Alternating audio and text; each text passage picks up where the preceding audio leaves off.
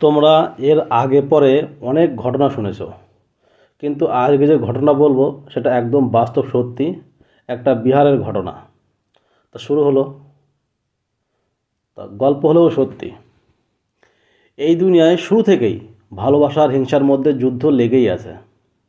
এর কারণ কেউ জানে না। কেউ কেউ বলে ভালোবাসার সঙ্গে ভালোবাসা, তার জন্য ভালোবাসা কোনো হিংসা বোঝে না। কেউ কেউ বলে হিংসা ভালোবাসাকে হিংসা করে, তার জন্য হিংসা ভালোবাসাকে হিংসা করে। আর হয়তো এই জন্যই হিংসা আর ভালোবাসার মধ্যে এই লড়াই যুগ যুগ ধরে হয়ে আসছে। মাঝে মাঝে এরকম অনেক ঘটনা শোনা যায়, যেরকম লায়লা মজনু, রোমিও জুলিয়েট। কিছুদিন আগে বিহার থেকে এরকম একটা কাহিনী উঠে আসছে, ঠিক এই রকম ভালোবাসা আর হিংসার মধ্যে। এই কাহিনী শুনে মানুষ অবাক হয়ে যাবে। বিহারের রাজধানী পাটনা, এখান থেকে মাত্র 300 কিলোমিটার দূরে এক গ্রামের নাম আরারিয়া। এই আরারিয়ার এক প্রেম কাহিনী। কিন্তু এই গল্প শুরু হয় আরও 2 বছর আগে। এইখানে দুটো পাশাপাশি গ্রাম ছিল। এই দুই গ্রামে দুটো পরিবার থাকতো। এক পরিবারের এক লোক, তার নাম উমেশ যাদব। সামান্য মধ্যবিত্ত পরিবার, কিন্তু সৎ লোক। তার ছেলে 22 বছর বয়স, নাম ছোট্টু কুমার। উমেশ যাদবের পাশের গ্রামে আর একটা মেয়ে থাকতো, তার নাম ছিল আরতি কুমার। তার বয়স ছিল 21 বছর। আরতির পরিবার ছোটুর পরিবার থেকে একটু সচ্ছল, মানে পয়সা কড়ির দিক থেকে একটু সচ্ছল। আর তার বাড়ির পরিবেশ একটু দাবাং, যারা বলে একটু মস্তান টাইপের ছিল। আর ভাগ্যচক্রে ছোট্টু কুমারের মামা বাড়ি ছিল এই গ্রামেই। স্বাভাবিক, মামা বাড়ি তার আসা যাওয়া হয়। আর মামা বাড়ি আসার জন্য সেই গ্রামের কিছু ছেলের সঙ্গে তার বন্ধুত্ব হয়। আর বন্ধুর মধ্যে একজন ছিল আরতি কুমারের ভাই। তো আরতি কুমারের ভাইয়ের ফোন নাম্বার ছোট্টু কুমার নেয়, আর ওর সঙ্গে ফোনে কথাবার্তা হয়। ঠিক আছে, যখন আরতির ভাই কথা বলে, পাশ থেকে আরতি সেই কথা শোনে। একদিন আরতির ভাই আরতিকে সব কথা একদিন খুলে বলল। একদিন আরতিও কথা বলল।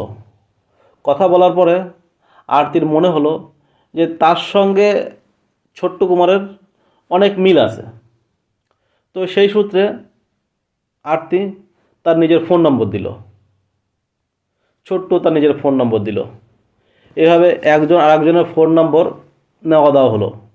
বাস এইভাবে তাদের মধ্যে কথা শুরু হয়ে গেল। প্রথম কথা বলতে বলতে তারা বন্ধু হয়। এইবার বন্ধুত্ব আস্তে আস্তে বাড়তে বাড়তে ভালোবাসার রূপ নেয়। তাদের মধ্যে কথাবার্তা হয়, আর সময় বাড়ার সঙ্গে সঙ্গে তাদের মধ্যে একটা ভালো সম্পর্ক তৈরি হয়। আস্তে আস্তে সেই সম্পর্ক ভালোবাসা তৈরি হয়ে যায়। কিন্তু এর মধ্যে বড় কথা, দুইজন কেউ কাউকে দেখেনি। এইভাবেই তারা কথা বলত। আর আরতি মেয়ে মানুষ, ঘর থেকে তেমন বের হতো না। আর ছোট্টু কুমারও মামা বাড়ি গেলে দেখা করার জন্য কোনো রকম কথাবার্তা বলতো না। ছোট্টুর বয়স ছিল মাত্র 22 বছর, আর সে কলেজে পড়তো। আর তার পুরোপুরি খরচ নির্ভর করতো মা বাবার উপরেই। তাই দুজনের মধ্যে কথা হলো যে পড়াশোনা শেষ করে কোনো ভালো কাজ পেলে, নিজের পায়ে দাঁড়ালে তারপরে না হয় বিয়ে করা যাবে। তাই দুজনই এই শর্তে রাজি হলো। আরতি আর ছোটুর মধ্যে এই সম্পর্ক তাদের বাড়ি কম বেশি আস্তে আস্তে সবাই জেনে গেল। সমস্যা হলো যখন আরতির বাড়ি সবাই জেনে গেল। আর এই বিষয়ে বিশেষ করে আপত্তি ছিল আরতির দাদা আর বৌদির, কারণ তাদের এই ব্যাপার পছন্দ ছিল না। কেন কি, ভালোবাসা আর হিংসার মধ্যে প্রথম যে জিনিসটা আসে তা হলো যোগ্যতা আর পয়সা।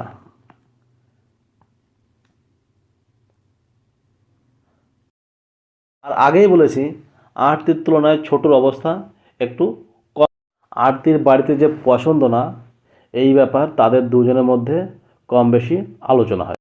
আর তখন আরতির বাড়ি থেকে সিদ্ধান্ত নিল যে এদের এবার থামাতে হবে, না হলে গ্রামের লোক আস্তে আস্তে সবাই জেনে যাচ্ছে। কিন্তু তখনও তাদের মধ্যে কথা চলতো, আর তখনও পর্যন্ত কেউ কাউ, আর যতই দিন যাচ্ছে ততই গ্রামের সবাই কম বেশি এই ব্যাপারে জেনে। আর তখন আরতির বাড়ির লোক আরতির কাছে বলল, ছোট্ট যেন এই গ্রামে না আসে, যদি এবার এই গ্রামে আসে তাহলে এবার মেরেই ফেলবো, এ কথা বলে দিস। আরতি ছোটকে ফোন করে সব বলল যে বাড়ি থেকে হুমকি দিচ্ছে, তুমি মা বাড়ি এখন আগের মতো এসো না, আর আমার বাড়ি থেকে হয়তো কিছু একটা করে। তখন বলল, ওসব কোনো কিছু না, এমনিই বলছে। তারপরে একদিন জুলাই মাস ছোট্ট কুমার তার মা বাড়ি আসে। ঠিক মা বাড়ি ঘরের মধ্যে ঢোকার সময় আরতির বৌদি দেখে ফেলে। আরতির বৌদি দেখে ফেলে বাড়ি গিয়ে সবার কাছে বলে, আর তখনই শুরু হয় তাদের মনে মনে একটা ছক কষা। আরতিকে তখন বলে, এক কাজ কর, ছোট্টুকে ডেকে নিয়ে আয়। আর তখন আরতির সন্দেহ হয় কী কারণে। তখন জিজ্ঞাসা করলে বলে যে ডেকে নিয়ে আয়, তোদের মধ্যে দেখাও হয়ে যাবে আর বিয়ের কথাবার্তা আগানো যাবে। এই কথা শুনে আরতি তার দাদা বৌদি আর বাবার পাতা ফাঁদে পা দিয়ে ফেলে, আর ফোন করে বলে যে বাড়ি থেকে। আর তখন ছোট্ট কুমার ভাবে এতদিনের সম্পর্ক মনে হয় এবার কোনো নির্দিষ্ট। আর ছোট্ট কুমারও তার কথা মতন খুশি হয়। আর ততক্ষণ এর জন্য ছোটুও খুশি খুশিভাবে চলে আসে। কিন্তু গ্রামঘাটের ব্যাপার, সকাল সকাল সবাই শুয়ে পড়ে। যখন দেখলো তার মামাও ঘুমিয়ে পড়েছে, সে এই ফাঁকে চুপ করে চলে আসে। আসার পরে তখন তাদের মধ্যে কথাবার্তা শুরু হলো। ছোট্টুর কাছে সব করে জিজ্ঞাসা করলো। জিজ্ঞাসা করার পরে ছোট্টু বলল, হ্যাঁ আমি ভালোবাসি আর বিয়ে করতে চাই। তারপরে আরতিকে ডাকা হলো। ডাকার পরে আরতিকেও শোনা হলো। সে বলল, হ্যাঁ আমিও ভালোবাসি ছোট্টুকে। এই বলার পরেই আরতির বাড়ির লোক ছোট্টুর উপরে হামলা করে আর বলে, তোর বিয়ে করার স্বাদ মিটিয়ে দেবো। মারধর শুরু করে। আরতি মাঝখানে এসে বাঁচানোর চেষ্টা করলে আরতিকেও ধরে মারা হয়। মারতে মারতে একটা ঘরের মধ্যে নিয়ে, আর ছোট্ট কুমারকে একটা ঘরের মধ্যে নিয়ে কাঠের ডান্ডা লোহার রড দিয়ে পেটানো হয়। পাশের ঘরে আরতি আটকানো ছিল। সেখান থেকে আরতি চেঁচিয়ে বলে, আমাকে ছেড়ে দাও, বাবুর কাছে যাব।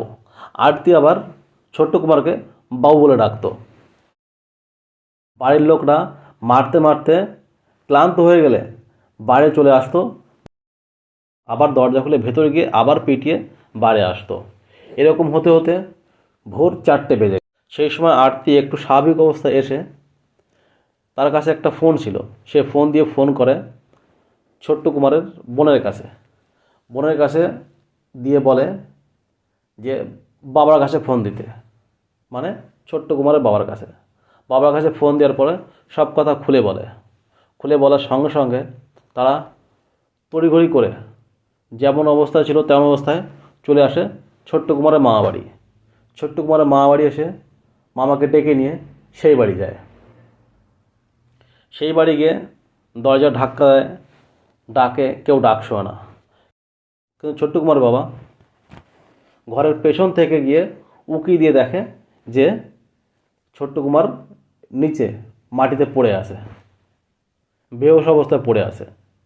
আর দেখে বলছে যে বাবা একটু জল দাও, একটু জল দাও। কিছুক্ষণ বাদে আরতি বাড়ির সবাই চলে আসে। এসে ছোট্ট কুমারের বাড়ির লোককে ধমকানো শুরু করে যে এখান থেকে চলে যাও, নাহলে তোমাদেরও এই একই অবস্থা হবে। আর ছোট্টুর বাবা যে ছেলেটাকে একটু জল দাও, কিন্তু দেয় না। যখন দেখলো যে অবস্থা খারাপ, তখন ডেকে বসায় আর বলে যে একটা কাজ করো, আমাদের মধ্যে একটা আলোচনা করি যাতে এই সমস্যার সমাধান হয়ে যায়।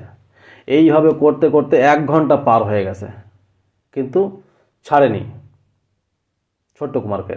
আরতি ফোন করার পরে ছোট্ট কুমারের গ্রামে কম বেশি ছোট্ট কুমারের বন্ধু আত্মীয় স্বজন সবাই জেনে গেছে। এক এক করে সবাই আসছে গ্রামে। আস্তে আস্তে ভিড় হওয়া শুরু করলো। ভিড় হওয়া শুরু করতে করতে তখন প্রায় 7:30 8টা বেজে গেছে। যখন দেখলো আরতির বাড়ির লোক যে এরপরে সমস্যা বড় হতে পারে, তারা সব পালিয়ে গেল। গ্রামের লোক দরজা ভেঙে ঘরে ঢুকে দেখে যে ছোট্ট কুমার মাটিতে লুটিয়ে পড়ে আছে। আর ততক্ষণে আর ছোট্ট কুমারের হাত ভাঙা, পা ভাঙা, আর মুখে গায়ে কালো কালো পোড়া দাগ। পাশে দেখলো যে একটা কারেন্টের খোলা তার আছে। তার মানে হচ্ছে মাঝে মাঝে তাকে কারেন্টের শক দেওয়া হয়েছে। এইভাবে জ্বালাতন দিয়ে, কষ্ট দিয়ে মারা হয়েছে। সেই অবস্থা তারা তড়িঘড়ি করে ছোট কুমারকে হসপিটাল নিয়ে যায়। হসপিটাল নিয়ে যাওয়ার পরে ডাক্তার সেখানে বলে যে না, এ মারা গেছে। ততক্ষণে চেঁচামেচি শুরু হয়ে যায়। পুলিশ আসে। পুলিশ এসে আরতির বাবা, বৌদি, দাদাকে ধরে নিয়ে যায়। আর যখন হসপিটাল থেকে খবর এলো যে ছোট্ট কুমার মারা গেছে, সেই কথা শুনে আরতি আবার অজ্ঞান হয়ে যায়। যা হোক, একটু সুস্থ হওয়ার পরে আরতি জেদ করলো যে সে হসপিটালে যাবে। আরতি জেদ করার জন্য আরতিকে হসপিটালে নিয়ে আসা হয়। আরতি পোস্টমর্টম ঘরে ঢুকে ছোটুকে জড়িয়ে ধরে কান্না শুরু করে। জড়িয়ে ধরে বলল যে আমিও ওর সঙ্গে মরতে চাই। যা হোক, কোনোভাবে জোর করে টেনে ছাড়িয়ে নিয়ে আসা হলো। তারপর পোস্টমর্টম করা হলো। আর আর আরতির বাড়ির লোককে গ্রেপ্তার করার পরে গ্রামের লোকদের বুঝিয়ে শুনিয়ে তাদের বাড়ি পাঠানো হলো। বডি ছেড়ে দেওয়ার পরে যখন শ্মশানে নিয়ে আসা হয়েছে, আরতি তখন বলল আমিও ওর সঙ্গে একই চিতায় জ্বলব। আমি গ্রামের লোক সবাই ভাবুক হয়ে যাচ্ছে, কিন্তু কিছু করার নেই। যে করে হোক বুঝিয়ে শুনিয়ে নিয়ে আসা হলো। তারপর চিতায় আগুন লাগানো হলো।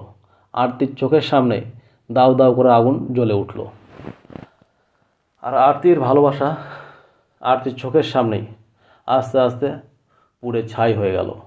তারপর আরতি রায় দিল, ঠিক আছে, আমি মরব না, কিন্তু আমি আর ওই বাড়িতে ফেরত যাব না যে বাড়িতে আমার ভালোবাসার খুন হয়েছে।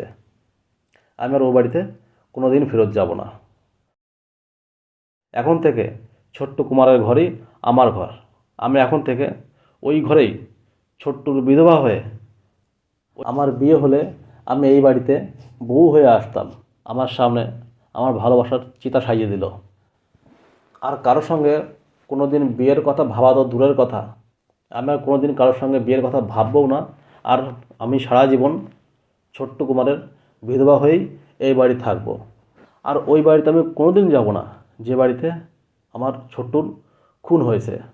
আর ওই গ্রামের সবার সামনে ছোট্ট কুমারের বাবা উমেশ যাদব সারা গ্রামের সামনে বলল, আজকে থেকে আরতি আমার বৌমা বা মেয়ে না, আজকে থেকে আরতি আমার ছেলে হয়ে আমার বাড়িতে থাকবে। এই বলে উমেশ যাদব আরতিকে দুই হাতে জড়িয়ে ধরে তার বাড়িতে নিয়ে গেল। উমেশ যাদব একটা প্রাইভেট নার্সিংহোমে আরতির ট্রিটমেন্ট করালো। মাঝখানে কিছুদিন খবর এলো যে আরতি মারা গেছে, কিন্তু না, ওটা ভুয়া খবর ছিল। আরতি 2-3 দিন হসপিটালে, আরতি 2-3 দিন নার্সিংহোম ভর্তি থাকার পরে সুস্থ হয়ে বাড়ি আসছে। তারপরে গ্রামের সামনে উমেশ যাদব এই কথাও বলে যে এখন থেকে আরতির সব দায়িত্ব আমার। আর এই কথাও বলে যে নিঃসন্দেহে আমার ছেলে এই দুনিয়ায় আর নেই, কিন্তু আরতি আমার কাছে আমার ছেলের মতোই থাকবে। তা এই হচ্ছে গল্প। এটা শুধু গল্প না, একটা সত্যি ঘটনা বিহারের। তো মানুষ কতখানিক নির্দয় হলে এরকম কাজ করতে পারে। শুধু একটু প্রতিপত্তি আর নিজেকে বড় দেখানোর জন্য একটা মানুষের জীবন নিয়ে নিল।